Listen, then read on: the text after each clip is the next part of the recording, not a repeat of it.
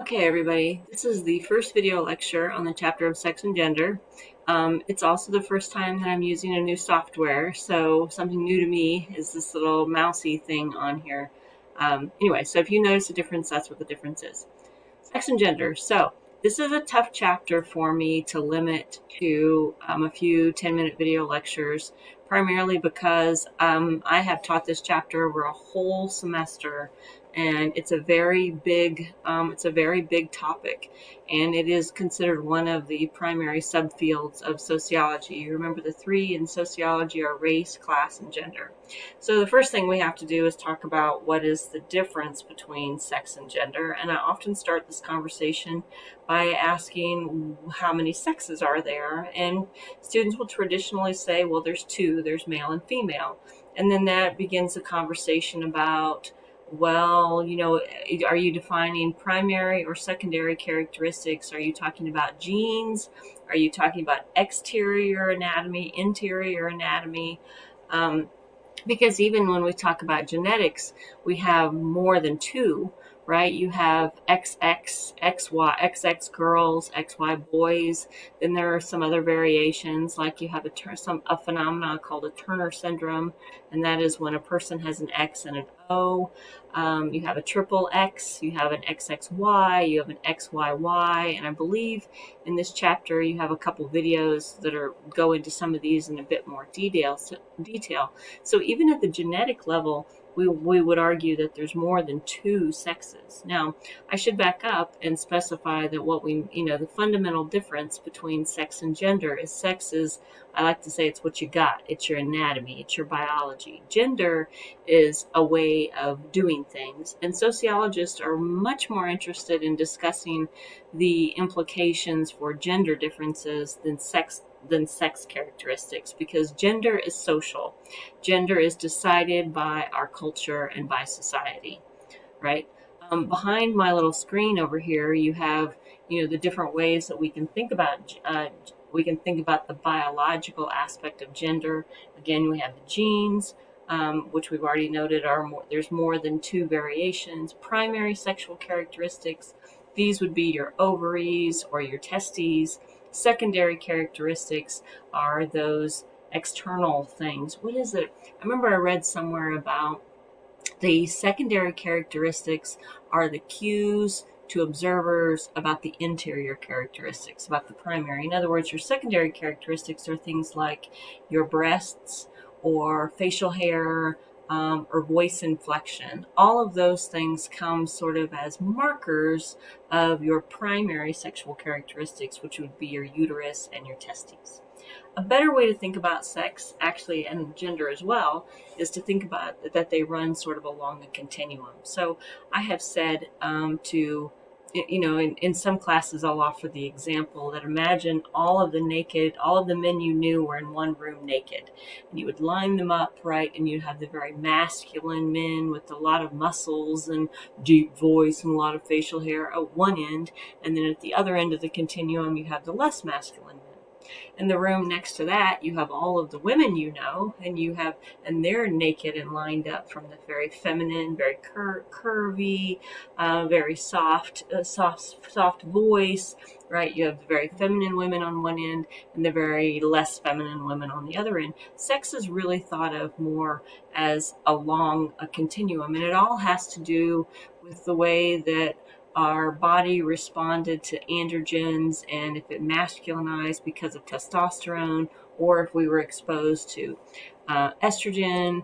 And I could talk about that for a long time, get into the discussion about how we're born. Well, maybe I'll save that for another slide. But in the very beginnings of our embryonic development, we start off as female, and when the XY is exposed to the androgens, it masculinizes, and tissues that would have become female tissues become male tissues. I'll save that for another slide. I don't think you can see it very well here, but I have somebody that's called a genderbread man or a genderbread person, and it's an effort to illustrate the differences between really what I'm going to be talking about in the latter part of this chapter and what we mean by gender, right? So We've already talked about sex. Sex refers to our anatomy. It's a verb that describes our body, right? Gender is, right? Oh, gender actually isn't on this guy. Gender is our way of being, our way of do we act feminine? Do we think of ourselves as female? Do we act male? Or maybe we think of ourselves as nothing, right? Maybe we don't think of ourselves as male or female. That's what's referred to up here as your gender identity. So here's the big sociological significance is our culture ties together our body, our anatomy, with our way of interacting with people, with our way of thinking about ourselves and who we have sex with. And sociologists argue those things aren't necessarily tied together, right? They're all different parts of our humanity. Our gender identity is, do I think of myself as male or female? Our sexual orientation, or actually, we could even get into the specifics of this.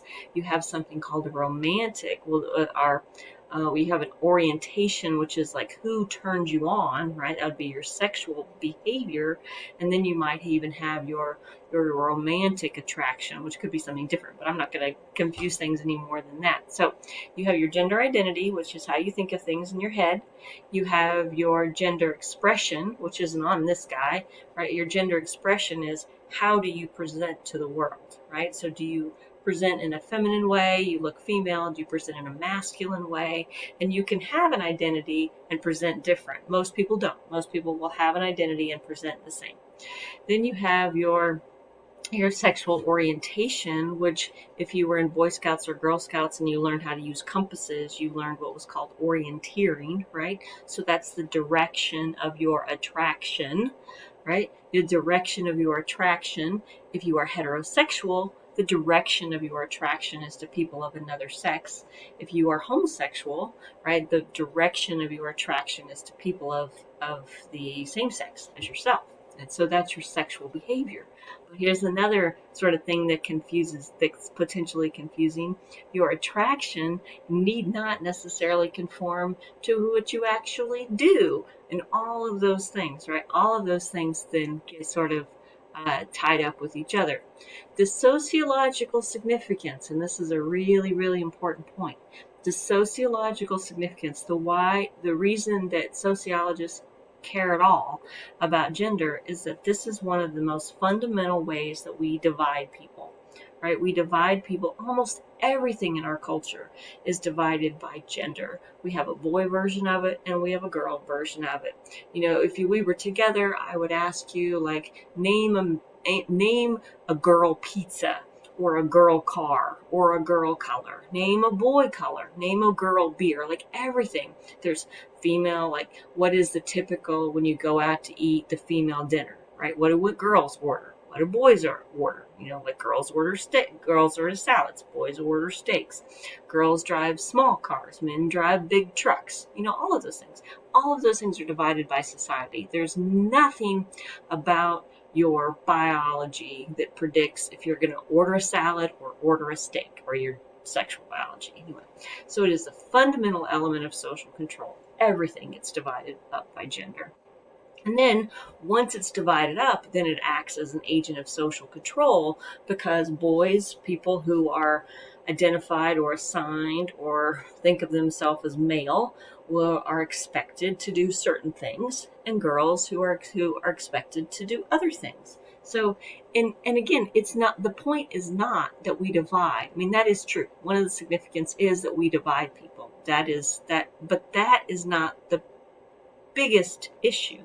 If we just divided people and everyone was considered equal, that would be okay. But it's the fact that first we divide people and then we treat certain aspects of certain versions of humanity as less than or more than, right? There's a term called gender stratification, and what gender stratification says is that the male version is usually, not exclusively, but male versions of things are considered more valuable than female versions of things, right? If it's female, well, it's less than, or it's worth less. I mean, the classic example is sports, right? Male sports are more important than female sports, or what the role of the father is considered more important than the role of the mother, and then that gets translated into wages. Jokes, right? There are more jokes that devalue things feminine than there are jokes that devalue things men. For men, when a man wants to insult another man, he often calls her a female or refers to her female anatomy, right? It's not, while I have heard a few of them of late, you're less likely to hear a female referring to another female as a man, as a way of insulting her. I see that I'm at 10 minutes, and I try to keep these to 10 minutes, so I'm going to stop right here, and I'll pick up kind of right here when I come back.